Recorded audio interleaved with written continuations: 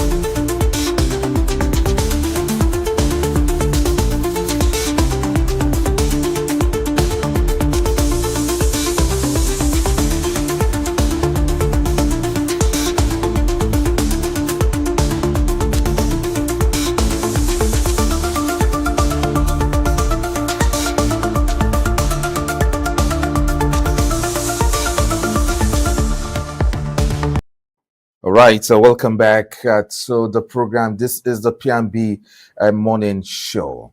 Yes, it is the newspaper review segment, and we'll quickly dive into the papers this morning and check out what they have in stock for us this Wednesday morning. So, our very first issue for the morning, let's quickly check out the very first issue we have for you. The Guardian is the very first one, and it carries this headline: Ministers gauge support, popularity ahead of resignation deadline.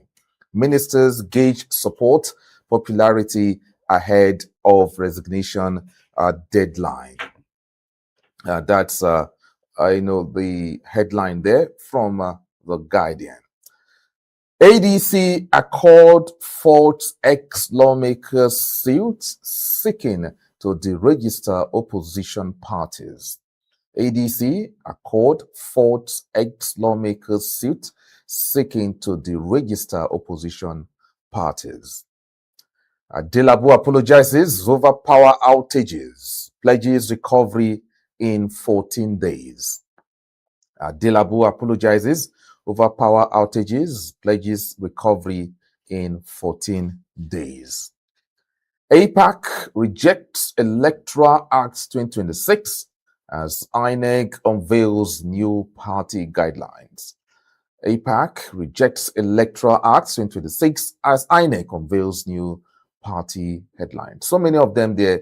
And I have my colleagues here in the studio, Ibrahim Shaibu, and of course, Kenneth Chidi is already here in the studio. So, gentlemen, you guys are welcome.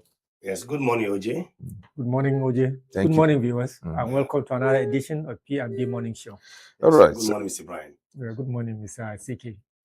Okay, you guys are welcome once more. And so we're into the newspaper review this morning, and the Guardian has so many headlines for us this morning to digest. So I don't know which one really interests you guys so far. Apologies, apologizing for power outage. For power outage, interests you more. Okay, go ahead. I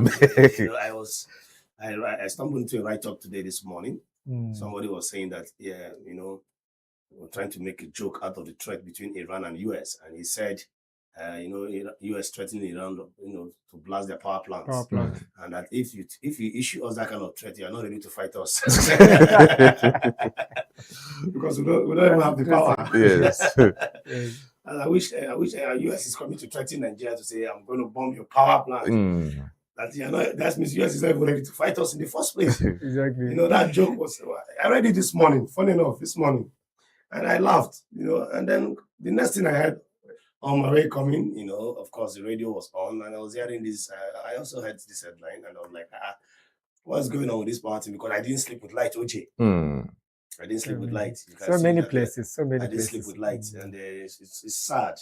Everybody where I live now, if there's power outage, you think there's no power outage. Why? Because everybody is now going for alternative energy. We've battling with this menace for more than 3 decades. Almost everybody. In fact, on my street, you need to look very well to be sure that this is not ADC. You need to be very sure. You can hardly tell. But just few of us are yet to buy. Almost everybody now, because we have it in different words.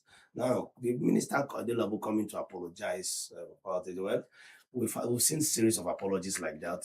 We've seen presidents even coming out to apologize. And we've seen presidents coming to make pledges and even tying their re-election to it, as it were.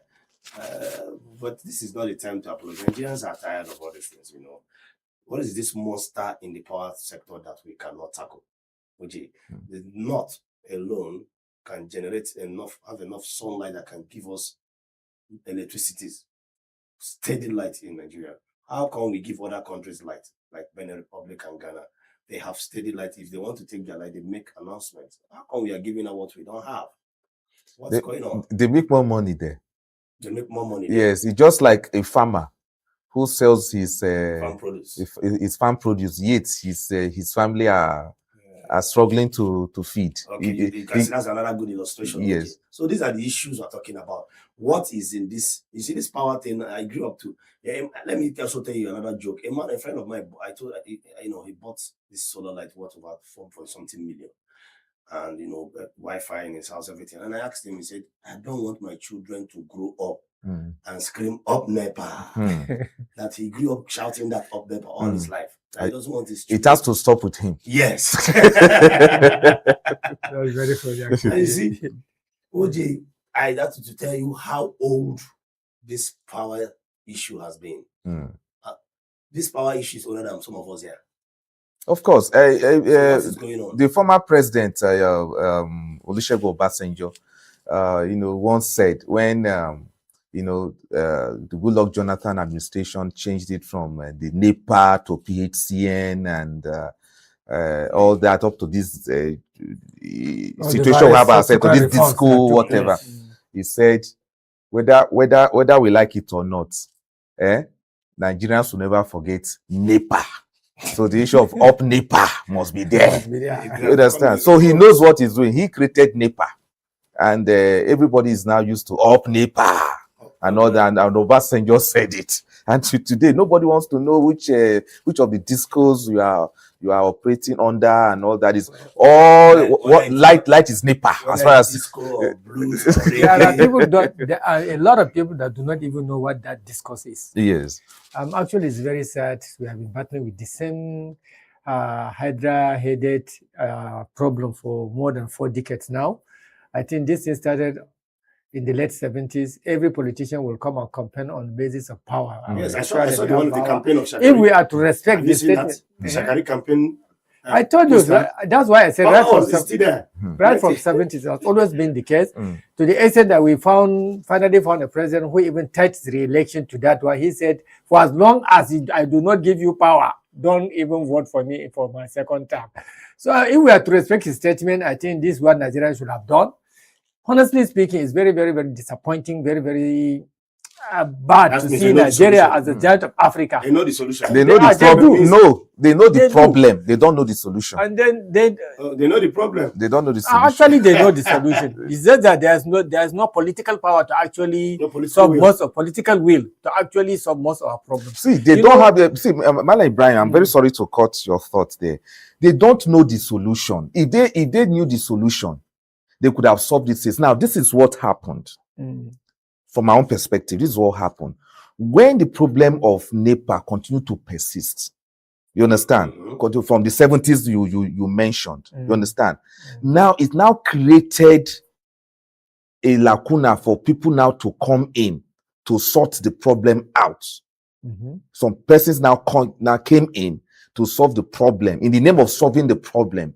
And in the long run, no, they didn't worsen it. In the long run, they now created a mafia around it. So it is now different. Now, you that is coming with a solution, you understand, will now have to dismantle. Yes, you have to dismantle, not break. You have to dismantle this mafia for the solution to come into effect. Now, these are the mafias. Those selling the generators. They came to solve the problem, actually. But when they saw how much money they are yes, so now they now became selling the generators. Yes, also supply the diesel for the generators. No, I'm talking about the generator sellers. I'm not talking about even the small generators. The one you use my face before the Maracos and the rest.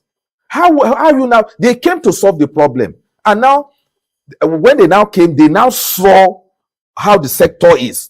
So now you have to dismantle that mafia for the power sector to work, because these are people over time have now started sponsoring elections, whether individuals and the rest. So how would they get their money? You want to come, you bring up a policy after I have sponsored your election to say, okay, I want to solve the power problem. It's also the same thing that plays out in drugs. It's like that, yes. You see, I always tell someone that there is this statement I always make, that there is no barrier that is done on credit. So nobody loves you the way you think.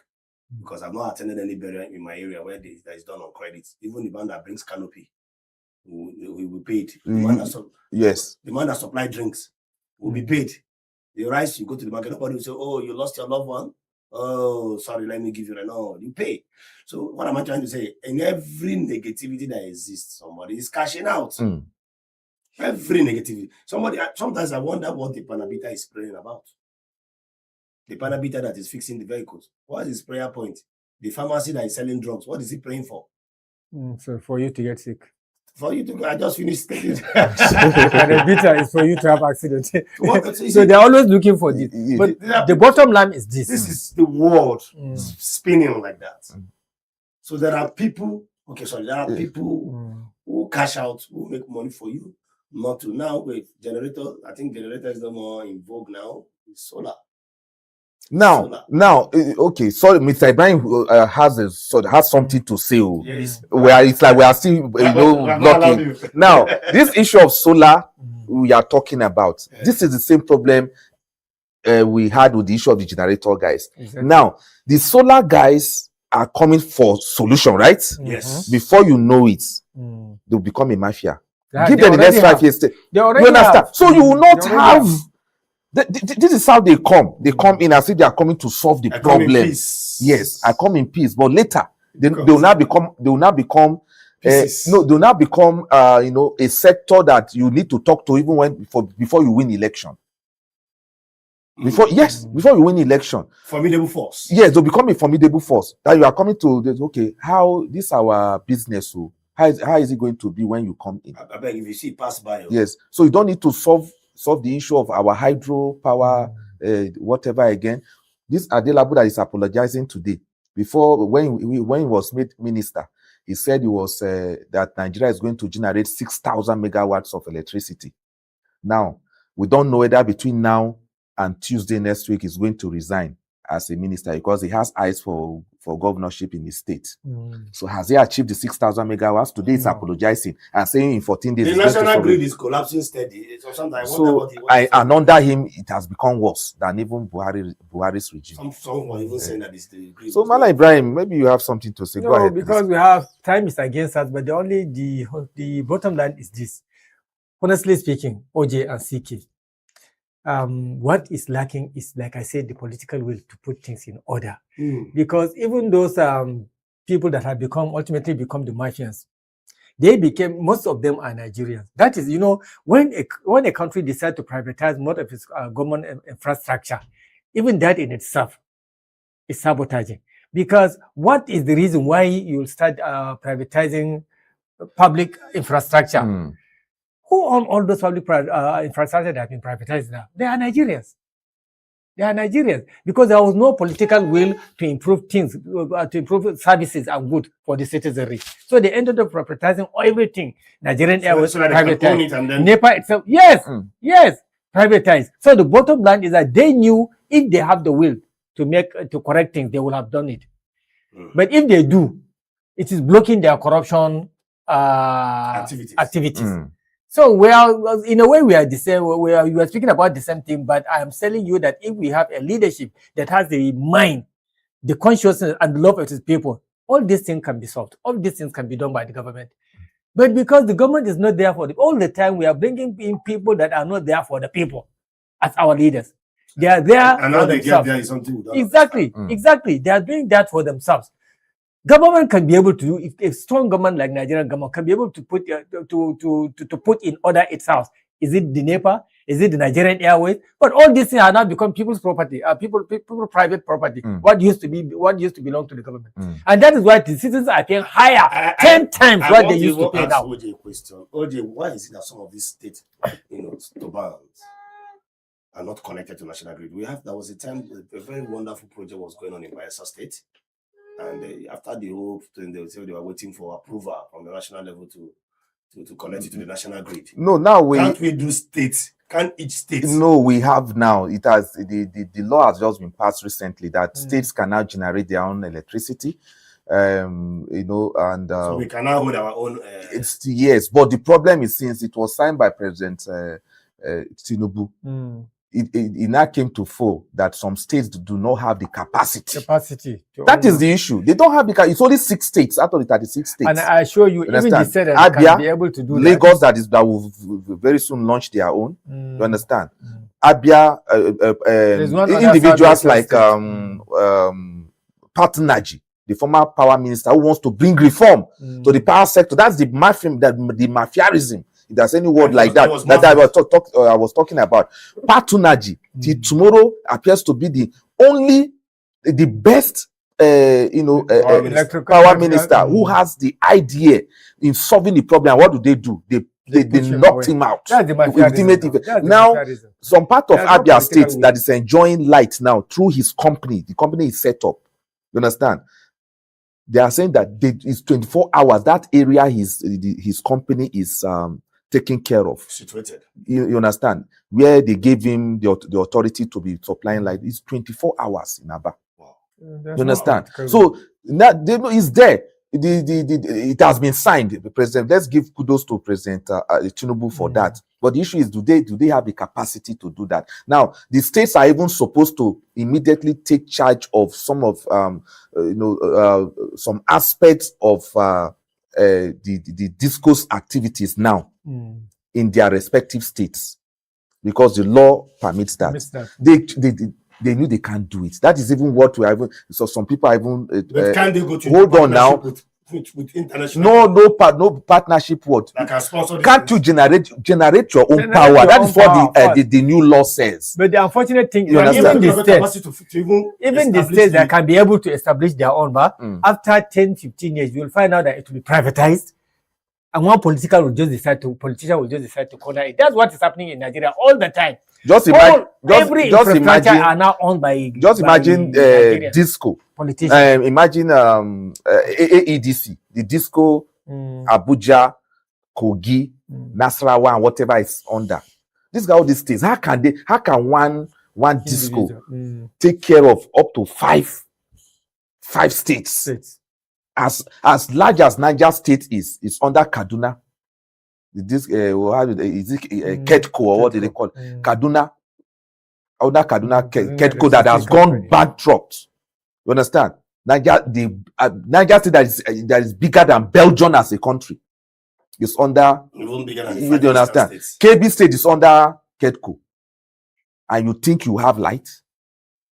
Are they even investing? Are they even investing in the infrastructures? There's a lot of issues. I think maybe we need someone who's an expert on this our power sector to come on the show and maybe enlighten us. Strong political will too. Yeah, a strong political will solve it. Like if successive governments will choose just one thing, not 7-point agenda or not whatever, 14-point agenda. 14-point agenda. If the president will come today and say, okay, I don't have solution for insecurity. We can let the Boko Haram be killing, let the bandits be kidnapping and whatever. That what I am after is road construction. You understand? Networking the whole country. Networking the whole country. That is what I want to do. Let him even face that. By the time he finish networking the country, he goes. Another person comes and says, okay, it is insecurity that I am coming for. Since there's road access and whatever, you come and so in the next 20 years, you not believe where Nigeria will be. But they will come, they'll say, I want to do this, and at the end of the day, they will not do anything. The government are not there to serve the people. Vision 2030, Vision 2050. It all died. There are ideas on paper. Nobody is willing to implement all I had a Vision 2020. That is Abacha. And it has gone and gone. That's military. That was Abacha. You understand? Abacha had a vision 2020. But because of maybe trying to impose himself and all that and whatever happened to him, that dream died. What's his name? Yaradua came. Vision 2010. 2010, yes. 2010.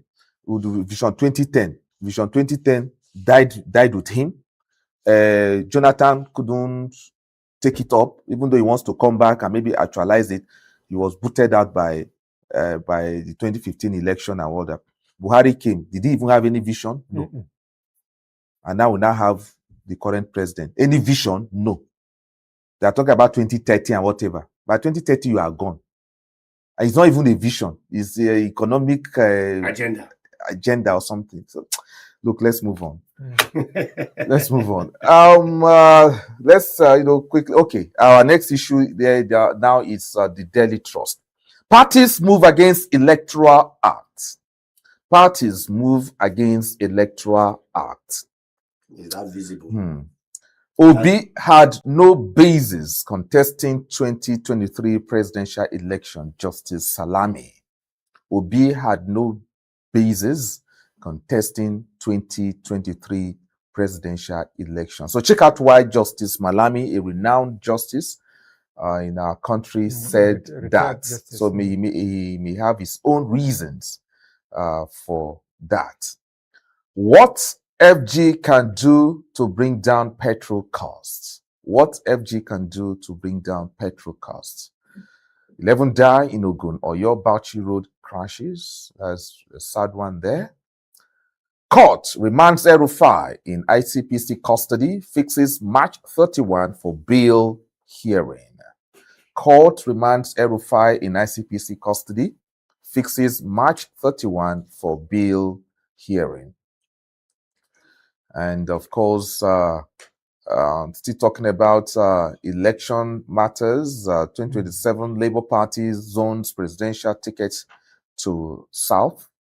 Labour Party zones presidential tickets to South. We'll be talking about this in the course of our program today, whereby a particular pressure group is saying that all political parties must zone the presidential tickets to the South. So we'll look at the implication of that position taken by that pressure group and other pressure groups and all that in the course of this morning show. Okay. Let's quickly move on to our next issue. Which other paper do we have? The Nigerian Tribune. Parties want indirect primaries restored. Parties want indirect primaries restored. The rider insists on amendment to Electoral Act, review party registration, merger, deregistration, campaign expenses. Okay. As INEX update guidelines, review party registration, merger, deregistration, campaign expenses. Okay. You check out that story on page 2 of the Nigerian Tribune. I think that's IPAC, challenging INEC yesterday in their forum that the issue of the direct primaries is they don't want it, that the National Assembly must change it and all that. So check out that story on in the Tribune. Yes, in the Tribune. Obi ought not to contest in 2023 presidential election. Justice Malami. Yes, Nigerian Tribune also has this story. So check it out. Court remands El-Rufai bail application hearing for March 31. That's really interesting there. So check out that headline there. And 2027 Oyo PDP candidates to emerge April 8th, marking day. So gentlemen, your reaction to what we have looked at in the two papers, the Daily Trust and the Nigerian Tribune. Well, El-Rufai has been reminded, as we have seen in the papers, and it still shows that this issue of El-Rufai is still of great concern to government. I won't be wondering what's going on. I think it was also incarcerated here in Abuja, now taken to Kaduna again, reminded. I won't be wondering what is it about this El-Rufai that is, they've refused to let him have his freedom. You remember a few weeks ago, he came out shouting that he was threatened to, resign from politics. And after then, we were thinking, okay, maybe, he was also shouting, take me to court, but they've taken him to court and they took him back to his jurisdiction, which is Kaduna State. Now he has been reminded. Well, I do want to believe that, I think they said end of the month is his bail, hearing for his bail. 31st, yes. 31st. I think that'll be Tuesday or so. That's the right thing to do. Let's see what happens. Let's see the conditions that will be melted out. Exactly. And let's see what is going to happen. Because it's beginning to appear as if it is politically motivated. That's what many people are saying. Especially a lot of people are saying that. A lot of people are saying the handwriting and the arrows and the body language of the body language in that direction. Yes, it's clearly like that. There's no way anybody can shy away from that truth. It's obviously clearly pointing at the fact that it looks like it's politically motivated. So, and it's killing the morale among other opposition politicians, seeing what is happening to Malami and seeing what is happening to El-Rufai now. Many people are beginning to think, well, I will maybe politically victimized by the powers that be now. So they don't have the energy in them to actually become very active in the political terrain now because of what is happening to El-Rufai. I think keeping for the agencies to keep shifting the goalposts, I think it's very, very unfortunate. To me, I think this is the best thing for El-Rufai now. But this is what those pressurizing ICPC have been gunning for, even including him. Take Me to court, take me to court. So now as you're taken to court, at least there is a date for his bail application. But he's So still this under remand. no, date now. once they take you to court, Yes. they won't just say go home now. So yeah, they've taken him to court now and read the charges to him, and he has pleaded not guilty. So you have to go. Yeah, they have to And take you to court study. Now the judge says, okay, you guys will have to come back March 31st so that we can now hear your bail applications. And also, so at least you now have a date than being in detention and you don't even know when you leave and not. So this is the best thing that will happen to him at the moment. So by 31st of this month, the judge should stop political. You don't make it look like that. Now, if you think it's political, that is your own perception about the situation. Of course, it's my own perception. You understand? Because as far as the ICPC is concerned, they are trying him now for corruption. Are you getting it? So, and support. Will that have arisen? He's in court now. What? He's in court. This wouldn't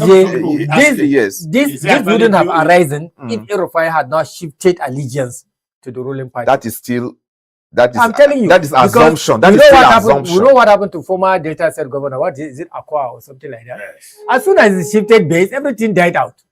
This is what is happening in Nigeria. We know it.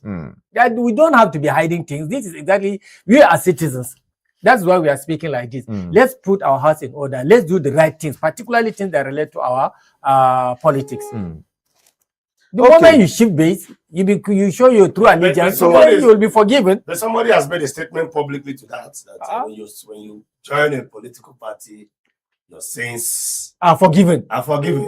You are my son, with whom I'm very much pleased. You are forgiven. That is what. Okay, let's assume. Assume that is the case. But in order to to play the devil's advocate, as far as I'm concerned,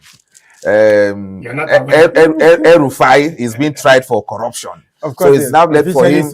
It's left for him now to defend himself in court. He has denied all allegations and all that, and a date has been set for his bail. And we have a list of corrupt people lined up in EFCC. They're working freely. I am not aware of that. You understand? So let's see how it goes. So on the 31st of this month, we'll see whether the judge will say, okay, you can be your situation is bailable or not bailable. We have a list of people allegedly hanging everywhere that are still working freely. We have the list. Okay, it is there. All right, so let's move on, gentlemen. Our next issue is the nation, and yes, the nation is talking about the convention, the APC convention that will start tomorrow, hopefully. APC, no threat to convention. APC, no threat to convention. Nigeria to become competitive in global trade with single window. Who is saying that? Find out. And the issue of El-Rufai is still here. El-Rufai to explain 579 million naira severance pay. 579 million naira severance pay. So I think it's part of the ICPC, charges against him. Severance pay, if that is true, 579 million is severance pay is too much. Is it not too? If this is true, if this is true, can we now say, okay, the trial is now political? Severance package, because you are leaving government house, then your severance package is over 500 million. If this is true, yes, if this it just goes to show how corrupt our leaders can be. And then I'm telling you, you cannot exempt a single person from such corruption among our leaders. That is why you can see a person will become a governor for just 4 years and he will become bastardly rich. Not even a governor, minister, not even a minister, federal director general, become excessively so rich that even if their salary is 1 million naira per month, they cannot be that rich. So almost all our politicians, all our leaders are as guilty of this crime as any other. I remember when Oshomole too was living as 90% governor of Edo State. Yes, they will be, before leaving, they will enact a law that enacts a bill and becomes a law, because the State House of Assembly will now, you understand, will pass the law and everything. So as they are going, the severance package will be very, very huge. Wow. As a former governor in some states, there is no way your generation will ever be poor.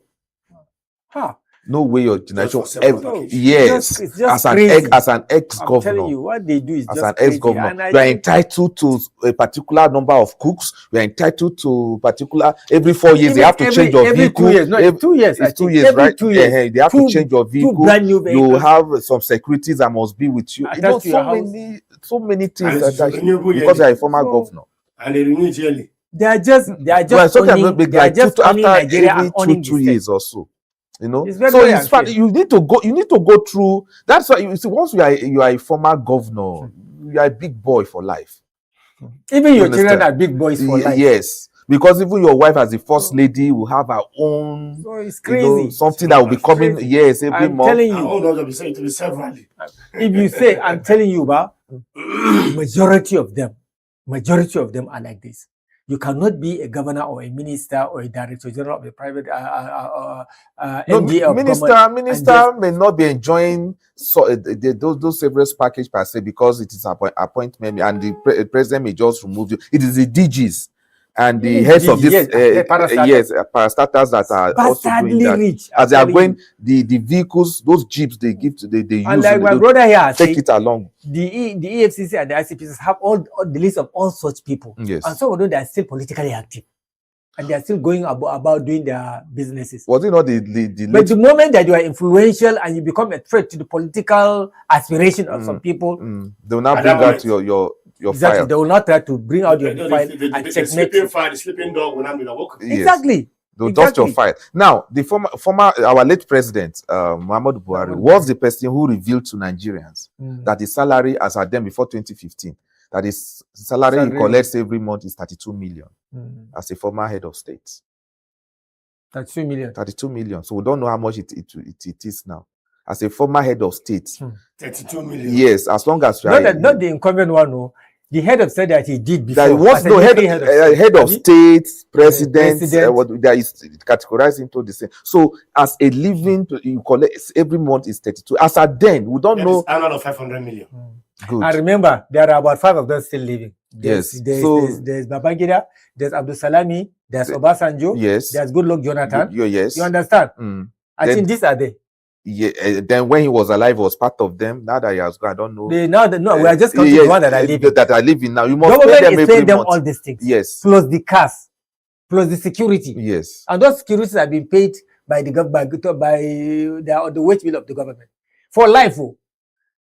And then the governors have something slightly lesser. Even the governors have some advantages. I say the governors are challenging even our ex-president's pay. You see? Yes, now because it is them who enact the law. It is them who enact the law. So it's very you can see the cost of governance. Yeah, that is what people are talking about. So even after office, you are still enjoying the paraphernalia of that office. For doing nothing. No, because you have served the nation. But it's unfair. You have already served the meritorious. Thank you very much. But it's crazy. You understand? All right, so let's move on. So we just hope that Erufai, I mean, that allegation is not true. I just hope that it's going to defend. Okay, we have the punch now, right? PDP governors reject Wike blocks consensus chair. PDP governors reject Wike blocks consensus chair. I read this story before coming on air, and it appears that with this, PDP may be finally dead. Collapse. Yes, because Wike still insists on Abdulrahman Mohammed as the NWC chairman, and Wanyanwu that was suspended by the Turaki-led side faction to come back. to still be the secretary. You understand? And they are saying no. So now the Turaki-led faction are insisting that okay, I think we will go back to court. They are going to court. That they will use all legal means to get their right back. So that is what the Punch is reporting this morning.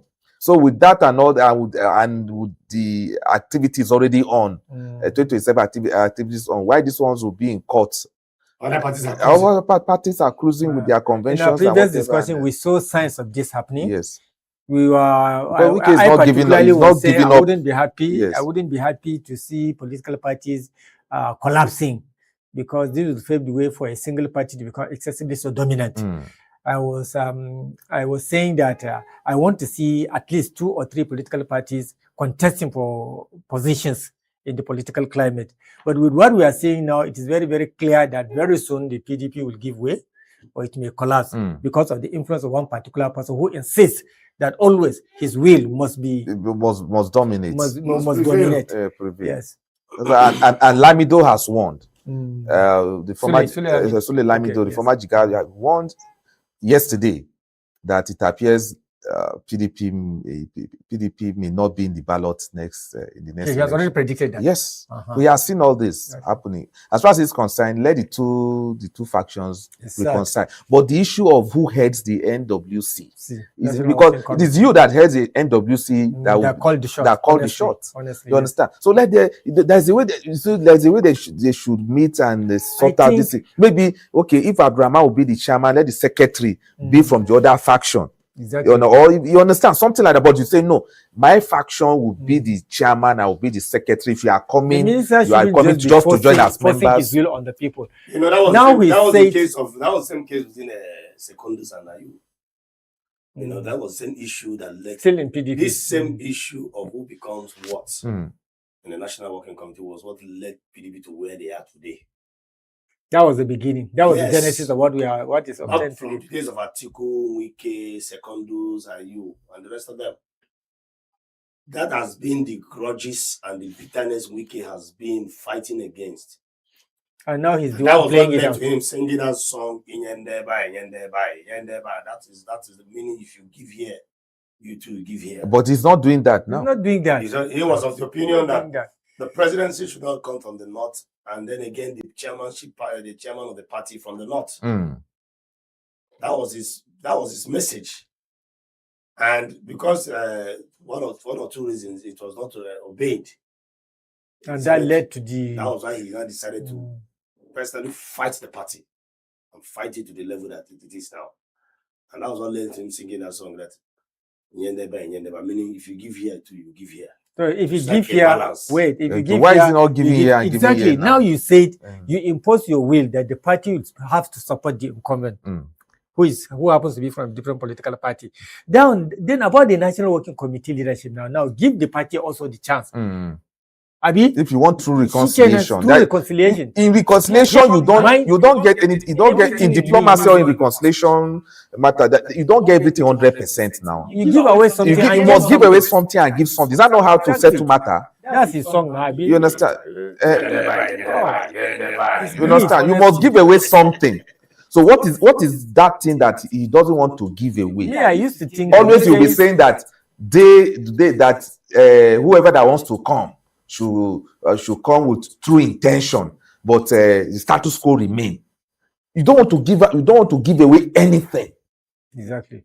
No, I'm not trying to lie. I'm not supporting any of the factions, but in disputes, you must give away something for peace to reign. You may have the upper hand, but there's something you must give away. Exactly. But in the case of Wike, he's not giving away anything. His will. He said that we are here. You are welcome. If you want to join us, you can join us. We are welcome. That's what he's saying. That means you are demeaning this other side. As if they are your kids. So the Yendeba is not. It is when it is in your favor. That is what the Yendeba will happen. But now that he's calling the shots, like the court has ruled in his favor. No more Yendeba. If you are coming, you come to join. This is not the right way for a politician to behave. Yes, you take some right, you give others their privileges. You understand? You agree and disagree here and there, but you cannot say my will shall almost always prevail. You see, when you talk about this politics thing sometimes, I keep saying that what defines any power or any force, anybody, is who you are first. You understand? Some of these people hide under the disguise of politics. But what they are playing is not politics. What is playing at is who they are. It's who you are. I see this as bullying. No, look at the way some of our politicians talk. That is who they are. That's not politics. The way they do the things, their blueprints, the way they go about the game. It's not the way politics is being played. It is who they are. So if just like what I always say, what defines money is who is holding it. If a good man is holding money, money becomes a good thing. When a bad man is holding money, money becomes bad. So that is just the truth. The way you are handling this morning show, OJ, somebody else comes there and sit down there to handle it. His own approach will be different. So it is not the morning show that is defining it is you that is defining the morning show the way you want it to happen. It's a personality. That is just the truth. Check out all the presidents of Nigeria from 1999 to date. You can never see anyone with similar way of the approach of doing things.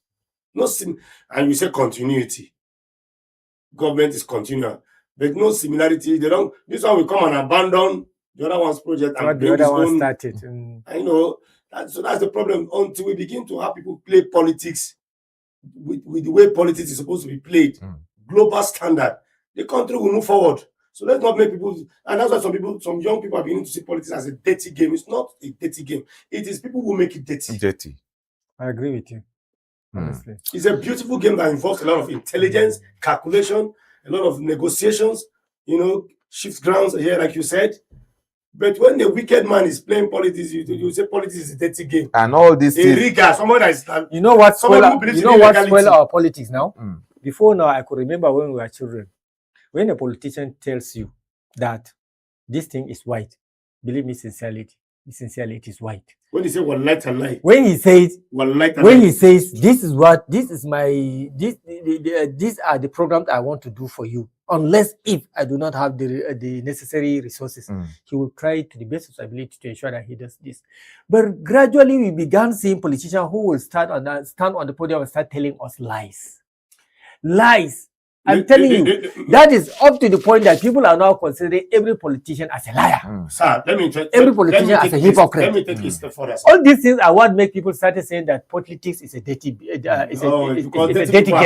Yes, because it is now full with liars and hypocrites and deceivers. In the military, growing up, when you see a soldier shake you, when you see, there's something I don't want to say. When you see a soldier, someone was making a joke that those days when a soldier goes to the room, goes to bed with the woman can even faint. That's how strong our soldiers were. Today you see soldiers, allegedly, you see soldiers on the streets everywhere like normal policeman. Those days you don't see soldiers on the streets. When you see a camel on the street as a child, you'll be escorting him, looking at him as one kind of parents are almost always in the barrack those days. But today, soldiers are your neighbors. Some people even wear camo and walk on the streets. All right, gentlemen, let's quickly wrap up on this. So we are, of course, looking at the Nation newspaper. Let's quickly wrap up on the Nation newspaper, and then perhaps our very last issue for the day. Okay, so check out the Nation newspaper, and okay, I think it's the Punch newspaper we're looking at. Yes, UK returning, 4 others die in Ogun highway tragedy. It's unfortunate. Yelwada Basiru cleared as APC maps out 2027 convention. The convention starts tomorrow. Okay, so let's move on to the next paper, and that's the sport. Our very last is it Okoye's time? Okay, talking about Nigeria's goalkeeper Jude Okoye. Okoye. Now that Nwabali will not be part of the friendly coming up on Friday and Tuesday next week, is it his time? It has always been his time. He refused to grab it. You understand? He refused. His performance is not it's not his performance. He went on a self-exile because of his own doing. You understand? So he was busy.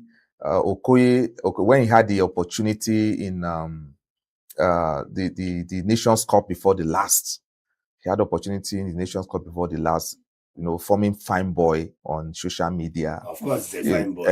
You understand, instead of him to focus on his career.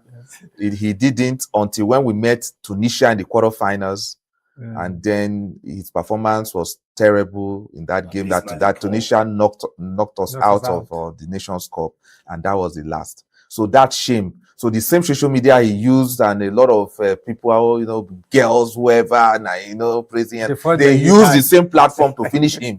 And that was when now said, no, I'm no longer. Even when he's been invited to the national team, I see you're not a fan of this guy. You understand? You say, no, I won't come. You understand? Yes, and that was how Nwabali was discovered. Okay. Yes. Are you getting it now? Now Nwabali was called upon because Okoye is no longer there. On his own, he wants to free. Nwabali was in South Africa. Okay. Yes. So he now became the number 2 keeper. Uzoho was the number 1. But when Nwabali was then used, it became destination of all eyes, and Nigerians now love me, and that's how Nwabali now became number 1. Now Okoye is back. Yes, you understand? He is back, and so and they are now asking whether is he back to take the number 1? That is the question. I think that is what this article must be talking about. Is he now back? Is he mentally ready? Is he now mentally ready? At least he's now still a 5. You had the opportunity like 4 years ago. Damage done to him by his own self. So is he now back? So it's left for him. We wish him want him to be back on this. so that's the story of the brief story of Okoye. Yeah. You understand? You had the opportunity to grab. You see, there are places, there are positions that ordinarily, if you had hold that position, some persons wouldn't have surfaced at all. Like a Yama. Exactly. Are you getting? Yes, some persons wouldn't have surfaced at all, but because of your negligence or your whatever, there's someone who would then be discovered to take your position. That's true. So there's no Superman anywhere. There's no Superman per se. Yes, there's no Superman. So it is you who will now create that legacy for yourself. Hold on to that position, create the legacy. Own it. And you have to own it. Yes, you have to own it. But when you feel you don't own you first, you didn't own it, but you feel that nobody did now, you are indispensable. Somebody would be somebody that have been eyeing that position. Yeah, you don't know. You don't even know. Somebody will come, take over that position, and you now. You understand? You begin to say, this position belongs to me. I mean, no get them. And the shame will be everywhere. The shame will be everywhere. Footballers, at some critical point, remove their jerseys and wear the jersey of the goalkeeper, and that is how they became goalkeepers. Yes, it has happened in the past. Yes. People like they always had the talent, but it was blatant. Yes, he was a player, and the goalkeeper was suspended, maybe red card or something, and somehow he wore the jersey and he did fantastically well. John Terry of Chelsea is a good goalkeeper. He has done it before. Wow, John Terry. John Terry, is the defender that we all know him. He's also a goalkeeper.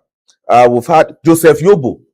Yobo was a goalkeeper. No, Joseph Yobo was a striker as a player. He was converted to defender. Yes, to right back. Central defense. Defense. Yeah. You understand? He was actually, when he started his professional career, was actually a striker. But a coach now saw that defending ability in him. And that was what gave him. So it's like that. Mikel too was a standing 10, but at some point became a 4. Yeah, that was a Mourinho's whatever. Even tomorrow, some people still believe that the number 10 position is his best position.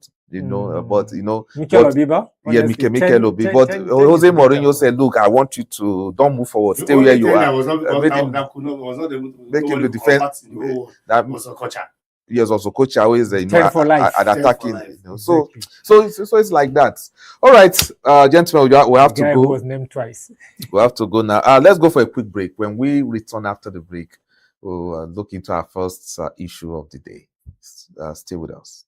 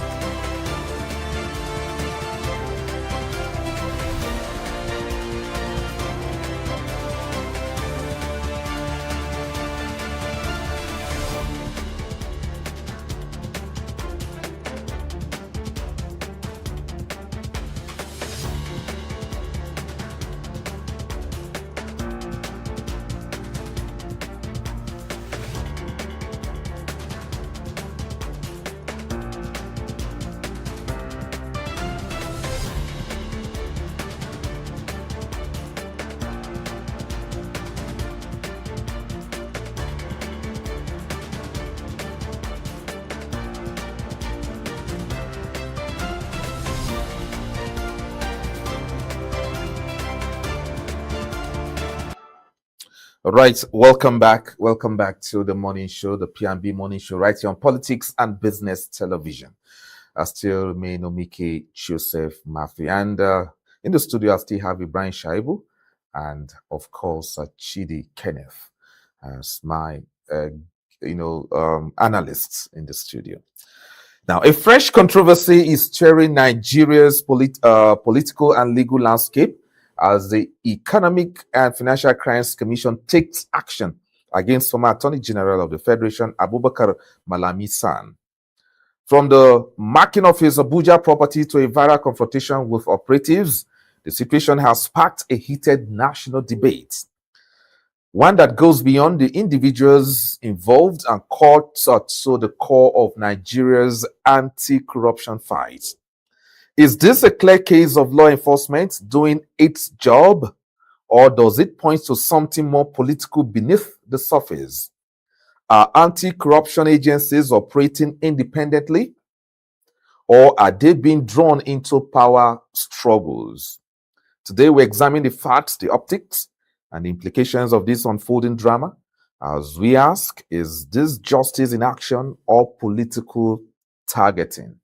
So, gentlemen, the Malami case appears to be erupting afresh, Exactly. as it were now. So, what are you guys take on the ordeal of Malami? His house was 2 days ago. His house was sealed. And yesterday his family were evicted from the house, and he's talking and all that. So he's saying he smells some political issues with his problem. You want to start? Or should go ahead. Yes. For me, first of all, let's try to address the title of the discussion this morning. Is it an anti-corruption drive or a political targeting? For me, the narrative points to both questions. One is an anti-corruption drive, and again, for me, I see it somehow as a political targeting, particularly because of the timing. About the anti-corruption drive, you see, when the public office holder stays and assumed an office, he went back as Mr. A and then comes out of that office as Mr. B. You went in as owning. That is why, first of all, the moment you take an out of office, you clear your asset. You tell the government how much you have, what do you have. And then by the time you are leaving now, we assess now, what do you have? Can your salary and allowance justify what you have now after leaving office? Once we do that, because as a public office holder, there are certain things that you are not supposed to involve yourself with. This is somebody that came into limelight from being a lawyer, private lawyer, just to become a minister of justice. Is it Minister of Justice? Yeah, and Attorney General. Then out of the bullets, we hear him owning big mansions, a lot of wealth. So I think it is good that we have to ask him, how did you come about these things? You have to defend it. This is okay. You understand? But then you should do it, the agencies should do it within the framework of the Constitution and law. So then about political targeting, why now? Why now? About 3 years after leaving office. Is it that it is now that the agencies were able to know that Malami has done so and so and so crime? Because mind you, all these EFCC and ICPC, they always have the record of all those people. They keep suspecting people, they keep targeting you and then following you without even your knowledge. They knew it all along. But why is it that it is now that they are trying to make him face justice? So for me, it is both ways. It is an anti-corruption drive, which is very good. But then again, it's also partly seen, not only by me, but so many people, as political targeting. Because this is not only happening to him, it's also happening to other people. There are people who have not yet been arrested or detained, but who have been spoken to. And it has already weakened their political morale. Okay, let me, Mr. OJ, let me come in from another angle. Malami happens to be the de facto president of Nigeria throughout the 8 years of Buhari's reign. Throughout the 8 years? Yes. Throughout the 8 years? After the demise, okay, let me say after the demise of Abakari. He was the strongest man throughout that. Even when Abakari was alive, he is part of the kitchen cabinet, even as a minister. After he was very powerful. After the demise, he became the most. He was the de facto president. That's the truth. And as I speak to you, Malami is one of the richest men now you can talk of in this country now. He has so much power, so much financial powers. What evidence do we have whether it's one of the richest? Wait, I'm coming. I'm going there. Is it folks that release the list? We don't need folks to do that. That is the perception now. We've seen. I said it the other time that there was a video that leaked one time that was trending when he was bragging in Hausa language. If you listen to the content of that video, you know what I'm talking about. He was exposing himself. He didn't know that time will come when those videos will be used against him. That he's so rich or what? Yes. That he can buy his way out of. And private jets can buy as many private jets buy. The video is there. The same Malami too was also as Attorney General, allegedly too, flaunted and disobeyed so many court orders. So many. As the Attorney General of the Federation. So I want to align myself with Mr. Ibrahim. Looking at this topic today, the topic can stand either way. It will fit in. And this goes to show, as a deterrent to other politicians, that power is transient, okay? Exactly. Nothing is permanent. Do you know who Malami was? The number one as a de facto president. But he was there, but he was like the president. So now, look at what we have found out. He has found himself now. More so that he has also decamped to the ADC. And after the visit of Atiku to his house, he raised the allegation, yes. Yes, his problem started. Again. Yes, that is down the angle. You can now begin to look at the angle of political targeting. Yes. Exactly. Why after Atiku's visit? And you know, sometimes, like I said, politics is not a bad game. It is the players that make it seem bad. And some of these our politicians allegedly are not even playing it smartly. You know, the way they play, they try to abuse our sensibility. Some of the things, some of us are not in OJ. We are Nigerians to the core. We are journalists. We can read the handwriting in the wall. The handwriting is no longer in the wall now. You know, it's not even between the lines now. It's on the line. You know, you see these things, you see this game. They play it without, when you see the Western world playing their politics, you cannot tell the end. It will be conspiracies here and there, yes, and you'll be saying it's 1 plus 1. It's a very complex labyrinth. Yes. You don't even know where you are entering and how you are going to come out. You know, it took me a long while to know that it was not even the Iran bomb blasts or whatever threats that blocked the Strait of Hormuz. It was the 90% of the insurance company in the UK decided that they're not going to insure vessels because they cannot trust the safety of that vessels. So this war in Iran and US is more economical than even the missiles. They're political, exactly. The missiles is just for the front pages of the newspaper and for the media to be talking. The real war is economic. That is how to play politics, that you cannot, if you are not predictable. Intelligence meeting intelligence. But here you see somebody wickedness meeting wickedness. And you are not from Imo State. And nobody should come and start telling me about marginalization in Nigeria. That's one of the things I don't like to hear in this country. But a lot of people, some people still play that card. Marginalization, even at the local government level, is marginalization. Local government. And let me tell you, this marginalization, it even plays out in United States politics. You can imagine, ever since they started having American president, how many Catholics have ever ruled America? This has never occurred to you. Only Jimmy Carter. Only Jimmy Carter in 1979. And then there's one particular but at least we've had one, right? But that's what I'm not saying. No, I'm not. You see, at least you know that I'm not Christian. We are just talking about being marginalized. It's not a good thing. How can a country like America, they have a very strong Catholic following also. But how come it is only Jimmy Carter that has ever been a Catholic American president? So marginalization takes place here and there.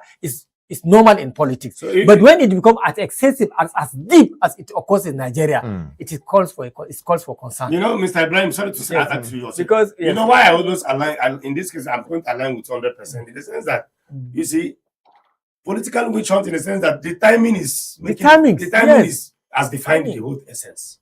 The timing defines the essence. Because one, he decamped from the ruling party. Then his secret meeting is not even a secret meeting with Atiku. It's open meeting. Atiku came back from from Saudi also, and from Dubai, because from its public statement, came back from Dubai straight to visit Malami to console with him in his ordeal and all that. And the next day, the EFCC had taken court order. And no, you can see the direction of this whole thing. Okay. Except for that, I'm trying to also link this Malami's issue to that of El-Rufai. Exactly.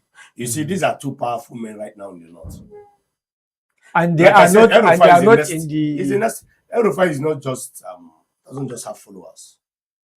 He is an it's like a religion. Exactly, it's a movement. Honestly speaking, El-Rufai is like a religion. It's a movement. And they knew that. And then he's a good political commentator also. They knew all this. Very intelligent. Now you see, I was discussing this. Funny enough, this issue in my estate where I live, we sat down till 12 midnight. So friends, we were discussing the same issue. Lawyers, bankers, we were deliberating, and when they saw me, of course, they knew I was a journalist. They said, come and sit down, let's hear. And we're all putting us together. And you couldn't understand that Nigerians know what is happening. Okay, so let's quickly hear. Let's quickly hear from Malami himself and hear what he had to say concerning his current ordeal. If our producer has Abubakar Malami, let him quickly, play that video for us. Well, the incident that happened yesterday was not isolated one, because it was further confounded by additional confounding events this morning. There was an attempt yesterday by the EFCC, which indeed was a co-litigant in respect of the pending criminal proceedings before Federal High Court against my person. Arriving from that criminal proceeding, there was an order dated 6th day of January 2026, an interim order for forfeiture that was granted. But the most interesting part of the order, there was no clear directives or instructions in the order that the premises will be taken over forthwith, or perhaps being sold, or perhaps evicting the occupants of the respective premises. But the most interesting part of it is an application was filed at my instance for setting aside the order. And the court fixed a date against the 20th day of April 2026 for the hearing of an application filed at my instance challenging the propriety or otherwise of the order. Conventionally and traditionally, by the act of securing the order by the EFCC and by the act of joining issues on my part by way of filing an application seeking for the court order to set aside, issues are joined by the parties. So it is only natural, logical, legal and judicial that no party is expected to overreach by way of taking unilateral steps that will place a court in a situation of helplessness. But unfortunately, yesterday, without further recourse to the court, without seeking for an order to seal my properties, without seeking for an order to evict me and my family members from the property, without seeking a court order for the appointment of the receiver manager, the EFCC came yesterday to effect forceful eviction. They were unable to conclude on the process yesterday and reinforced this morning with a lot of personnel that are armed and indeed forcefully take over possession of my family residence and the family members who are equally taken out of possession.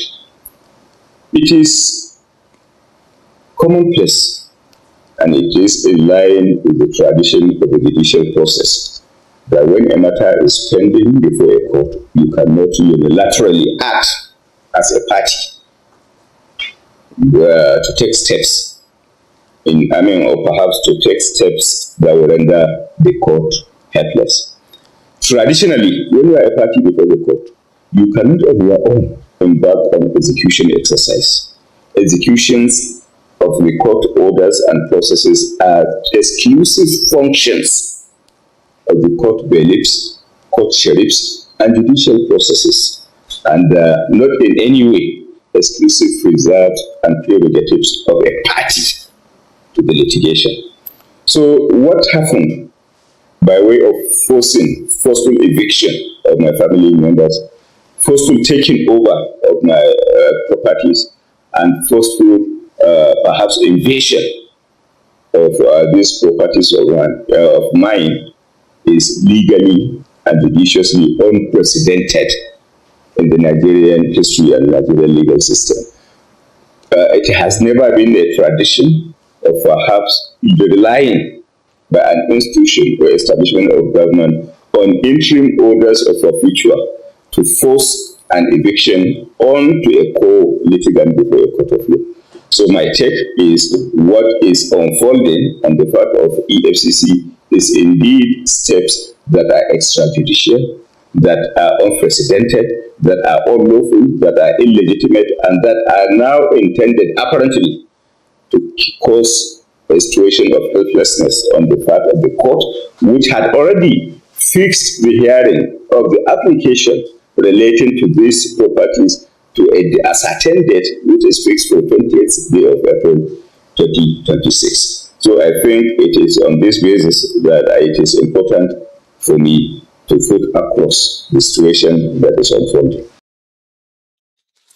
Abubakar Malami there, the former Attorney General of the Federation, explaining what transpired in his house in the past 48 hours. And you can, hear him trying to give the legal perspective into what the EFCC has done, trying to say what they have done is wrong, that even if they are taking out a court order, that it is not the duty of the EFCC to come and implement that. It is the bailiff from the courts that's supposed to do that. So for someone like Malami to be interpreting the actions of the EFCC, you cannot rule whatever he's saying out, because he is a renowned lawyer, son to be, and the number one legal man, number one legal interpreter, the legal man in the land before. So for him to say what the FCC has done is wrong and all that, I think it's something we cannot just wave away. It is expected for him to say that now because he's not in power. But if he's not in power or not in power, he cannot. You see, this whole legal. I listened to him.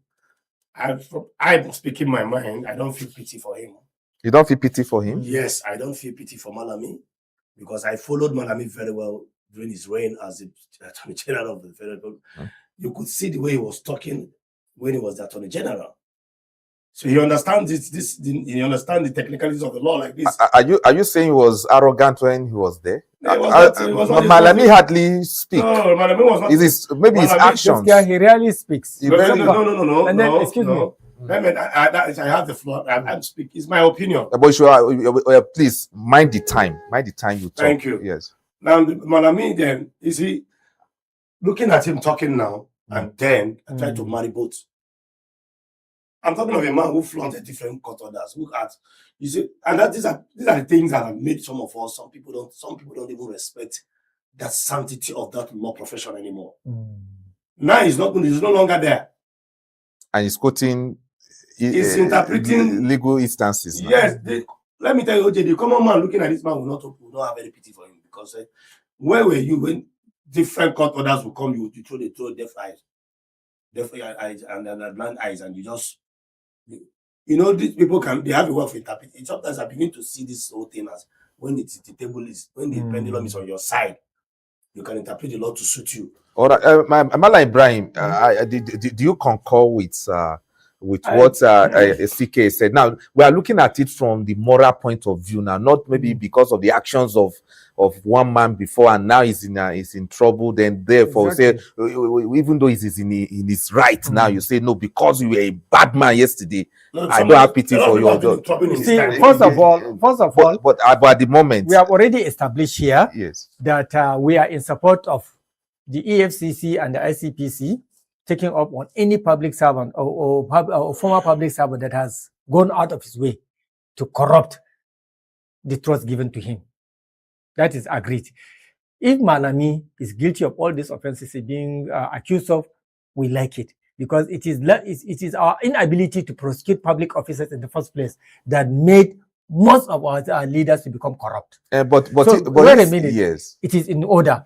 But listening to him now, we knew that the court did not actually give the eviction order for the EFCC to go and evict people from his house. The court did not give that. It is the EFCC that took that initiative to go. There was a official closure, but there was not any order that the property mandating the EFCC to go and evict his people, his family from the house and then lock the house. Because according to him, he said that there's hearing to that coming up. I think on the 20th of April. On the 20th. Yes. So they should have waited. It's not even the job of the EFCC to evict anybody. It's not even there. Somebody that is reciting. No. There was already a court injunction. Police don't evict. Don't the eviction. It's the belief of the court. Then the police can also accompany. Or the EFCC can accompany. Because of public safety. Yes. And they take custody of those things and they try to take what do they call it again? Inventory of those things. So to find out what is in that house. The floor is mine. So in this particular action, the FCC was wrong in doing that. Because there was already a standing court order, and then even a specific date was given. But can we stay here now and say the FCC also, because the FCC was also quoting the law? Because if you watch that video, the FCC official who was like interfacing with him when he was saying, "Where's the bailiff?" And the guy with the FCC official with the document and what they say they are taking order based on So, but he did not express himself. He was even as well as the bailiff. Did he show him the bailiff? But what the EFCC official was saying that we are taking this this action as a result of court. So they are also quoting the law. You understand? Malami is also quoting the law. So that's all. Yes. So that is. You are not coming to what I was saying, Mr. Ibrahim. Yes. You see. Yeah, this is the video. Yeah, somebody said the law is an axe. Like the law, see, either way the law can be the pendulum of the law can be swung to any direction. Today, OJ is the Attorney General, and during his time as Attorney General, of course, he flouted so many laws. I know. We all know. So many laws. Yes. Interpreted it to suit and gave reasons for flaunting it. But since there's an argument like this, interpreting the law, you can listen to the technicalities coming out of his mouth. That shows he knows. And I used to ask myself, okay, when you were in power, you know all these things. We have issues. And you trample upon them. Yes. Exactly. So, but other people should learn. That's what I'm trying to say. Okay, good. Now, let's look at this from the moral point of view. Is it that those in power now want Malami to and his family to sleep under the bridge? Because they have been seizing his properties, evicting his family. Like my friend my friend here has said, yes, this guy is bastardly rich. Who told you that? That's why I asked the question. Was it Forbes who told you he was rich? Or is rich rather? Is it Forbes who told you that? So let's not look at it from that perspective. Okay, I withdraw that statement. Yes. I withdraw that statement. Because there is no evidence to somebody of his caliber, just because a list of houses have been forfeited from him, will not even render his family to be homeless. Who told you that? In KB State, I said I just came back from KB. Most of his properties in KB have been seized. You go there, is the police and it's not rich. The hotel in KB that is Abuja standard. He has good will. You understand? In Abuja here, the only place is family home. You can hear him say that. His family home, where he's staying with his family. They came and say, you people get out of the place that we are seizing it. So where is it a beggar bridge that you people want him to go and be sleeping? No, it's not with people. Yes. No, because for the way you are sounding, you are in support of what is happening. No, I'm not in support. I'm not in support per se. Yes. I say I don't feel pity. Not that I'm supporting what is going on. I don't feel pity for him and I still maintain that stand, I don't feel pity, because these men should learn lessons. Honestly speaking, if not because of the feeling of political witch hunting, honestly speaking, I appreciate the government doing this to all corrupt politicians. Because as a journalist, you have been speaking, all of us have been saying that, see, because government has not been taking action against all those corrupt people that are found to be corrupt who held public office. That is why they the situation keep on becoming worse and worse and worse. Before now, just like people just steal few million naira, but now they are stealing in billions and trillions. Well, I'm coming. Okay. Now, a few days ago, former accountant general was given 72 years. Can you imagine that? 72 years. Acting, not accountant general. Acting accountant general. 72 years. Okay. So, OJ, in as much as I understand, like I said, the question before us today can be answered either way. It's a V approach. Exactly. There's no center. There's no center. If you call it political witch hunting, you may be right. Anti-corruption, yes. Yeah, also right. And it's in the right direction also. Talking about whether it's rich or not, of course, OJ, rich is not right. The properties that are I agree with OJ because those properties were not built with 2 kobo. We're talking of massive hotels and the rest of them. And there's what we call capacity. You are telling me if he's going to go to a bigger bridge. OJ, there is a stage a man gets to in life. Certain things are no longer his problem. Even at my little level now, there are certain things I can't lack again. But your government is seizing everything. So at a point, you will seize everything. You have the fact. And I will end up in these categories of guys. Yes, we are looking forward to this. Let them live on friends' goodwill and relations. It's unfair now. Let me answer OJ. OJ, if Malami finds himself to that level, it shows he's not a good man. He was not a good man. Because if he finds himself to a level where nobody can come out and rescue him, to even give him a house, then he was not a good man. Because at least the level he got to in Nigeria, I want to believe he probably must have affected 1 or 2 lives. I don't know if you understand. I do. Somebody can say something to me. He said, if you are stranded in Abuja and nobody can borrow you 50,000 naira, you are not fit to be in Abuja. Exactly. Pack out. Honestly. One thing, Nasarawa, Niger State. Where you can find life easy. If there's something wrong with you as a person, if you have a problem that demands your head and they're just looking for 50K and nobody can give you, there's something wrong with you. And you know one good you don't have good networking with human beings. OJ, by the grace, I'm saying on national TV, if there are certain problems, nobody's praying for problem. But if I find myself in some situation now, I can bet you, I have one or 2 persons I can come out and say, oh, okay, let me help you. Because you also do back to people. So if Malami finds himself in a situation, coming to ask me, do you want him to go to the bridge at his level? Are you telling me that he has no people? Don't you see politicians when they have been arrested, they grant them bail and say, Shorty must have 500 million naira and he has in Abuja, and people come and bail them. And most of those people that come to bail them are people who benefited when they were in government. So let those who benefited from him come and bail him too. You see, one good thing about this El-Rufai and the Malami situation is the fact that even after those in position of authority have left power, ultimately the same thing will also happen to them because it's also political witch hunting. The way they treated Malami and El-Rufai is they will be treated the same way, and if this continues, we'll find most of our tapes is a trend behind the bars.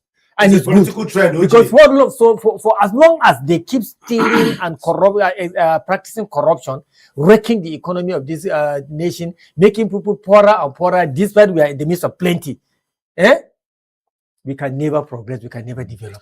All right. So we like what is happening, but it shouldn't be made to appear as if it is political. The timing should be worked upon. The timing should be worked upon. This should have been done earlier than now, or maybe much later. Do you understand? And then they should also bring out all the files, including the ones I mentioned. That one. Even the names, outstanding names. Bring them.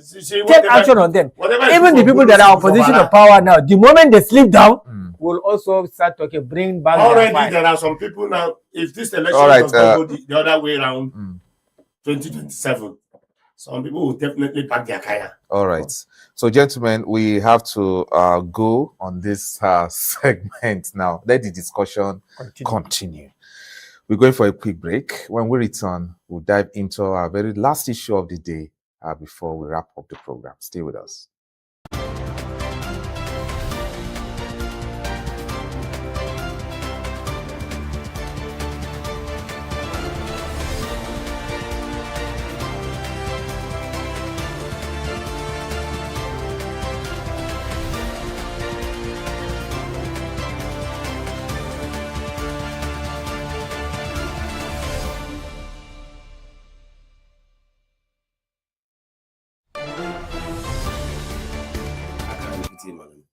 Okay, welcome back.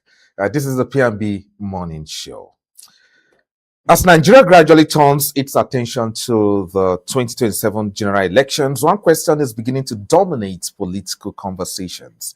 Who truly holds the deciding power? Increasingly, attention is shifting to the Middle Belt, a region often described as Nigeria's political bridge between North and South.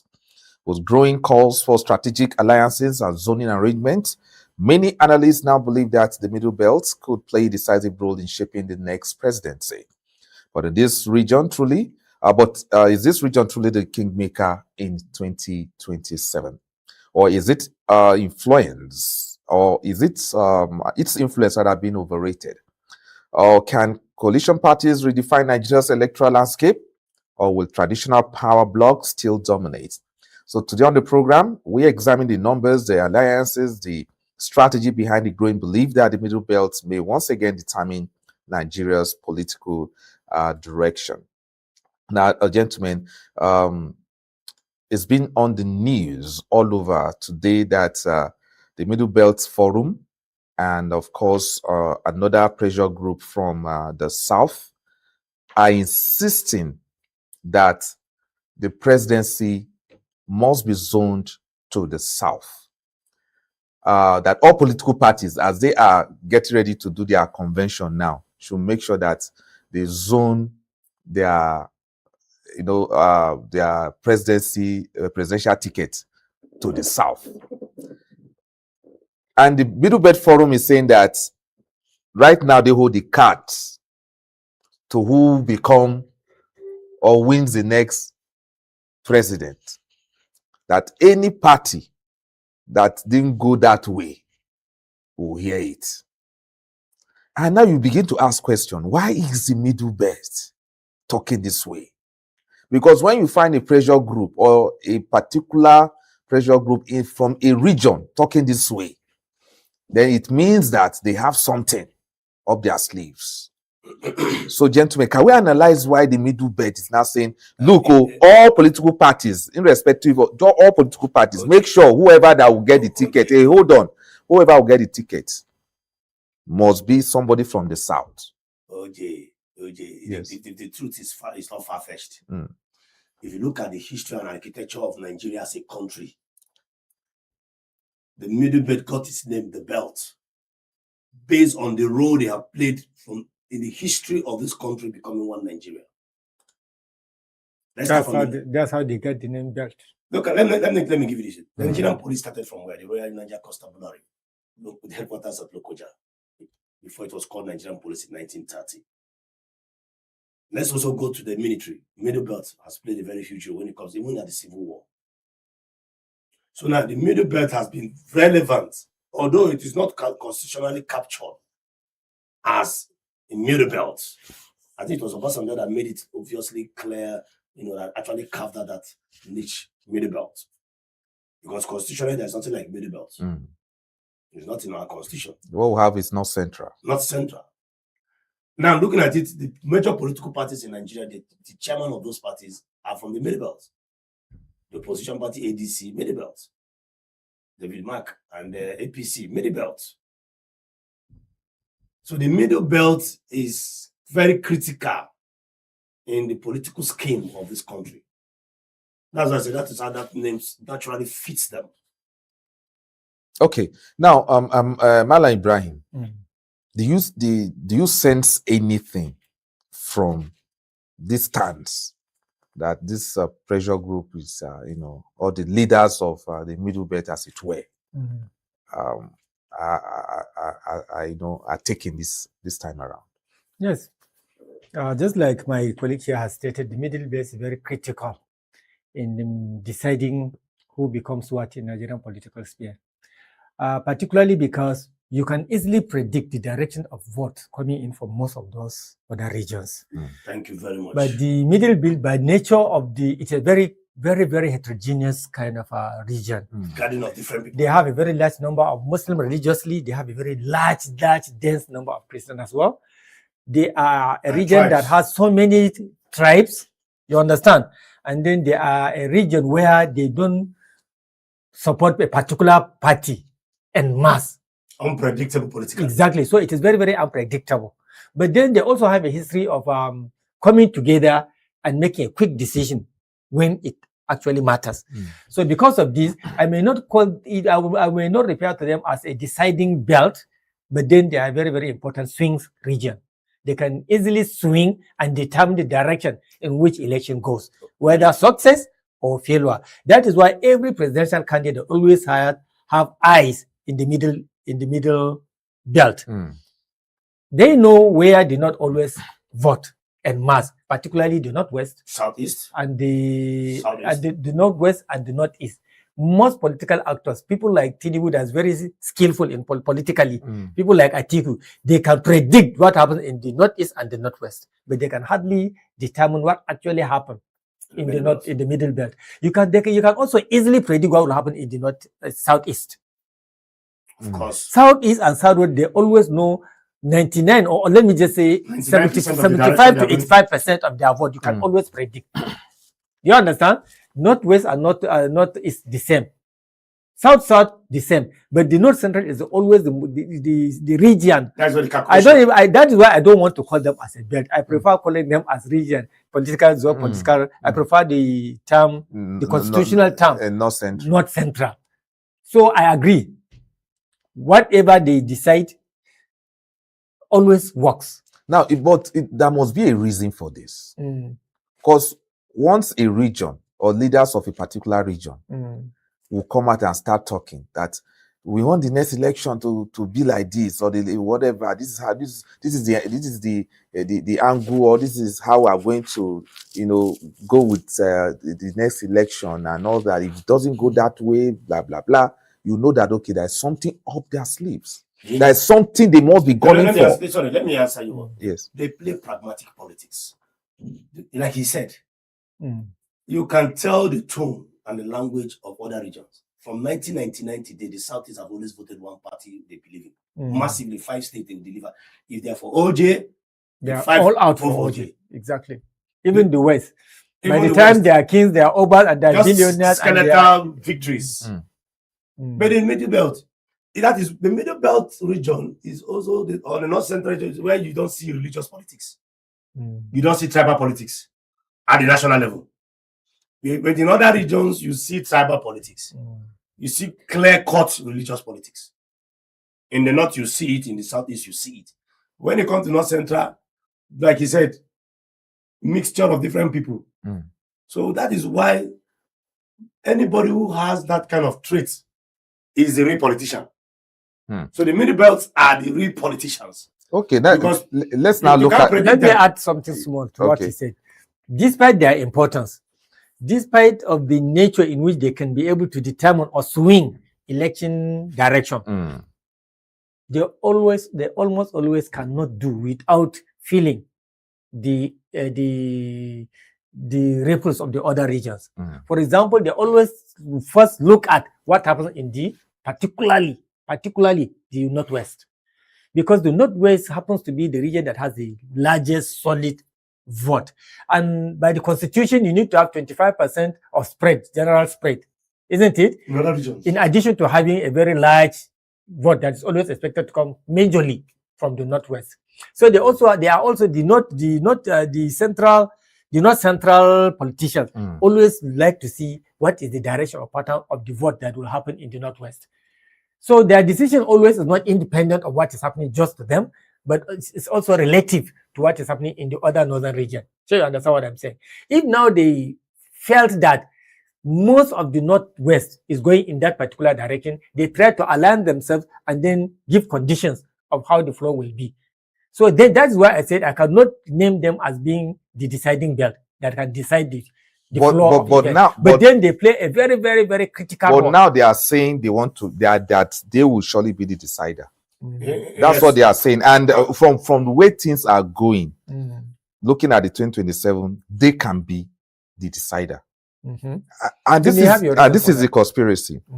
The conspiracy is that in the 2031 election, it's assumed that it is a turn of the North. The North generally, right? Exactly. And since 1999 till date, nobody, the North Central has not produced the presidency. Anybody for the presidency. It has always been from the Northeast or whatever. Or Northwest, rather. Always Northwest. Northwest. Always Northwest. We have the late Yaradua and the late Muhammadu Buhari. You understand, from the Northwest.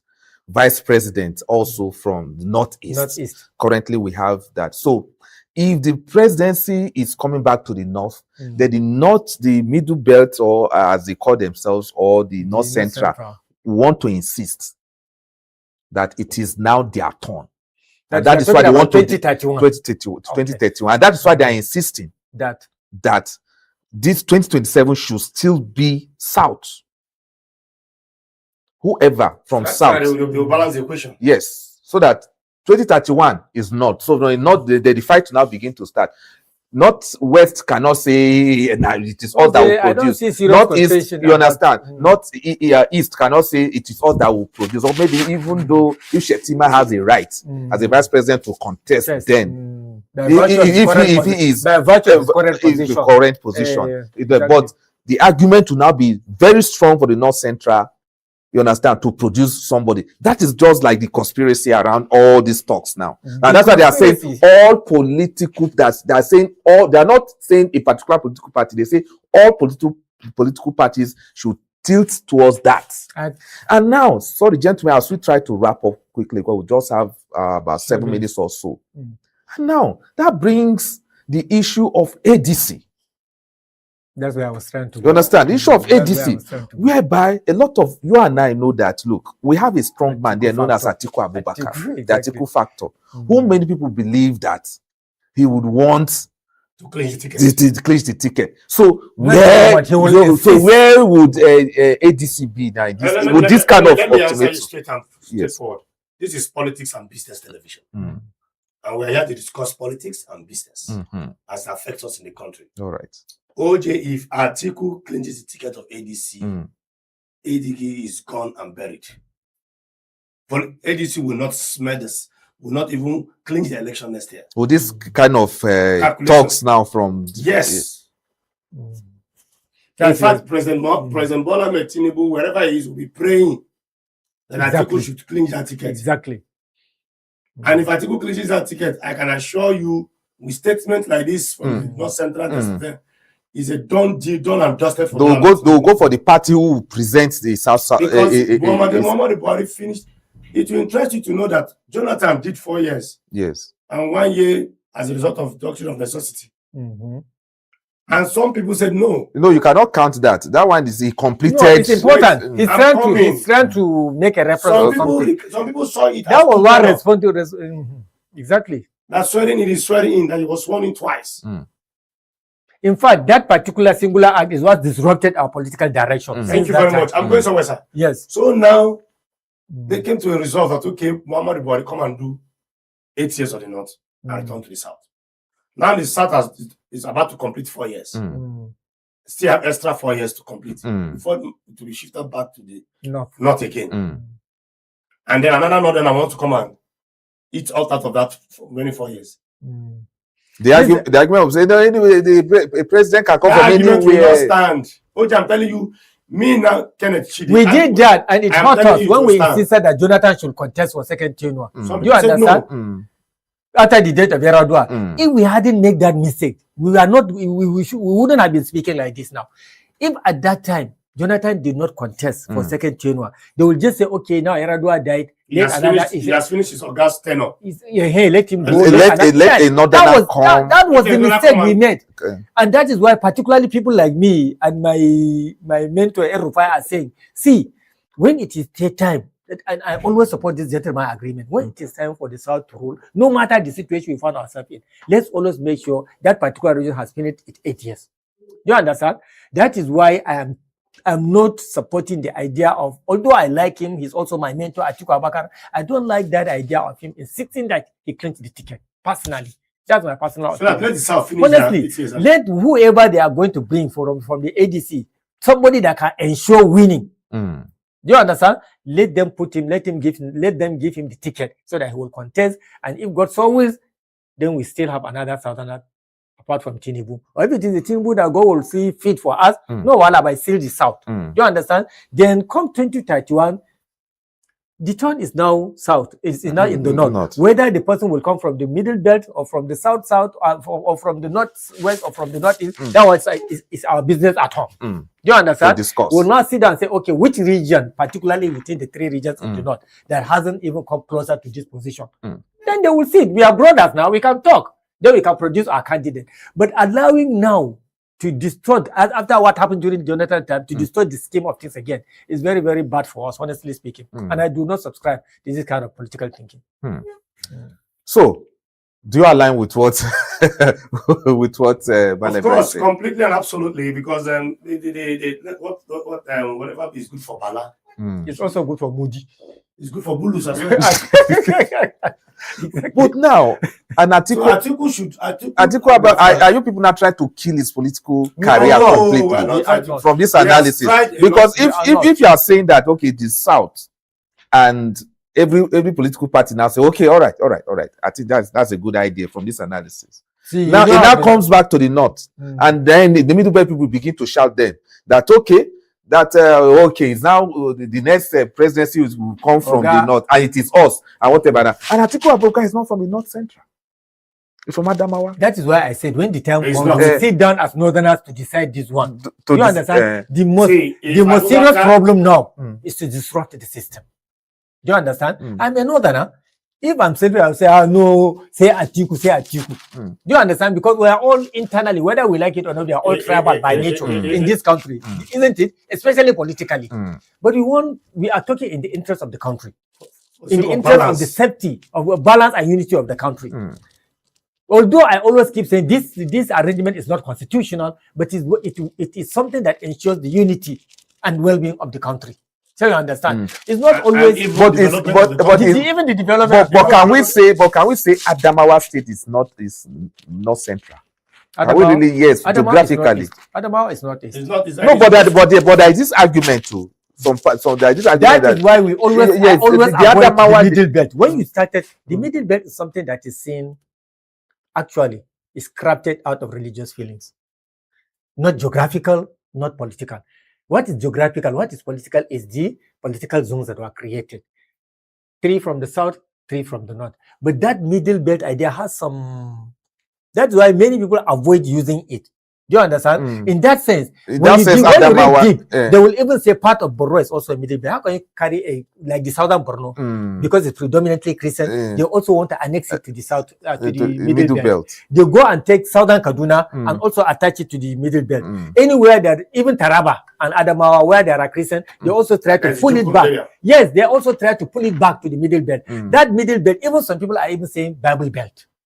You understand what I'm saying? So that is why people that are careful like me, I prefer using the North Central rather than the Middle Belt. Because geographically, when you look at the map, look at where Adamawa and Borno are coming from, and look at all those Middle Belt areas. They are almost always in the center of the map of Nigeria. So there's no business of you going to take a state from that angle and bring it back down. Okay, so please, so that's how we should know. That's how we should look at this conspiracy. I'm very sorry, gentlemen. This conspiracy. Why are they now using the word middle belt and not North Central?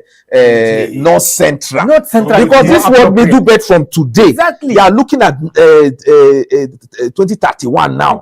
From this issue of middle belt forum. Because if you say middle belt, Adamawa will come in.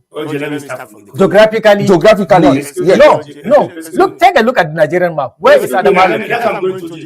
Where is Adamawa? It's not in the list. Niger area. How do you arrive at that name, Nigeria? the conference states is where Lokoja, where we, River Benue and River Niger. So yeah, quickly. Time is against us. So can you please make your point quickly? Don't drag it. Don't drag it. Don't have it. We have 2 minutes now, please. We have 2 minutes. Okay? Yes. Okay. Well, I thought we have more than 2 minutes. But look at it. The middle belt, as it were, even in your dress code, when you don't have your belt, you'll be undressed. That's the truth. That's a rule as little as that belt looks. It is very sensitive to your dress code. When it's being removed, even when they take it to police station, they say, the first thing the police will say, do what? Remove the belt. So there's something key about the belt. Do you understand? And that's why I said that the history and geographical alliance and importance of Nigeria, the middle belt has played a lot of role, from the Nigerian police to the Nigerian army to whatever meetings I was held by Lord Lugard, Lord Shaw, everything, the middle belt. So even the slave trade, middle belt. So that is why middle belts, you will not blame them. They've been playing a huge role in the architecture. Well, why the you know the best? Why they now using the middle belts? Give me 1 minute before the time. Yes, give me 1 minute. Yeah, let him make his comment. Maybe you don't know actually how the word belt comes about, because you are young. You are relatively younger than I am. When you look at the former maps of Nigeria, not this recent, unlike this map that you just showed on the screen, you will see that there's a belt that started from around the confluence area of the Lokoja, and goes and divides Nigeria like this, in form of a Y. That particular belt is what they are referring to. So all those regions are all those belts from the confluence state to the top before you reach the north central and northwest region, and what is referred to as the middle belt. That is the word. That is Benue, that Kogi, particular Niger, and Kwara, even including part of even Benue and Plateau. They are all around. Plateau, yes. Look at that belt. That is why when you show the map, I was thinking I can see the belt now. I say, so this is the belt they are talking about. You don't even know how the word belt come about. And this word, Niger, the middle belt, came not as a result of look at it. Look at the belt now. Okay. Just look at where the belt is. Yes. This is have the belt. Kogi. Exactly. You have Nasarawa, Benue, Taraba. So anything above that, there may be Abuja. Adamawa fell outside of that belt. Yes. Did you notice that? Yes. But Benue is there. So that those are the belt. Yeah, that those are the belt. So that is why now, especially political scientists are saying, instead of you calling it, if you are bringing in local governments from Borno, from Taraba, from Southern Kaduna, then it's even better for you to call it a Bible belt, because it is observed that all those areas are densely Christian populated areas. And that is why some people are very careful in using describing that particular region as middle belt. They would rather call it not central. And if you want to be politically safe, and if you are a very good politician, don't even base your campaign or your something based on that middle belt something, because you will be seen as, okay, this one has some hidden agenda. They will try to colorate your something as if it is religiously biased something. So we should rather politically talk about not central, honestly, for safety. Or go back to the colonial days, whatever they call it, 19 northern states or whatever. So this is the belt. If you don't know the belt, this is why something like 19 northern states, like I said, it's on paper. Reality is, so you can see. No, when it comes to politics, it's always strong. When it comes to politics, so after the other factors, it's bottom line is, even here I support power must remain in the south. All right, gentlemen, let the debate continue. So we have to go. Special thanks to both of you for coming again, and of course, it has been an interesting Wednesday edition of P&B Morning Show. Thank you, gentlemen. Thank you, OJ, for having us. All right. I'll be speaking with P&B for giving us the platform to express our views. Thank you for the middle belt. Okay, I'll be speaking with Brian Shaibu, an in-house analyst, and of course, my co-host, Chidi Kenneth. I'm Omike Joseph Matthew, and special thanks to everyone who, of course, participated in the production of today's edition of P&B Morning Show. Let's meet again tomorrow as we bring you another interesting, issues that affects us as people here in Nigeria. God bless you and have a wonderful day ahead. Bye-bye.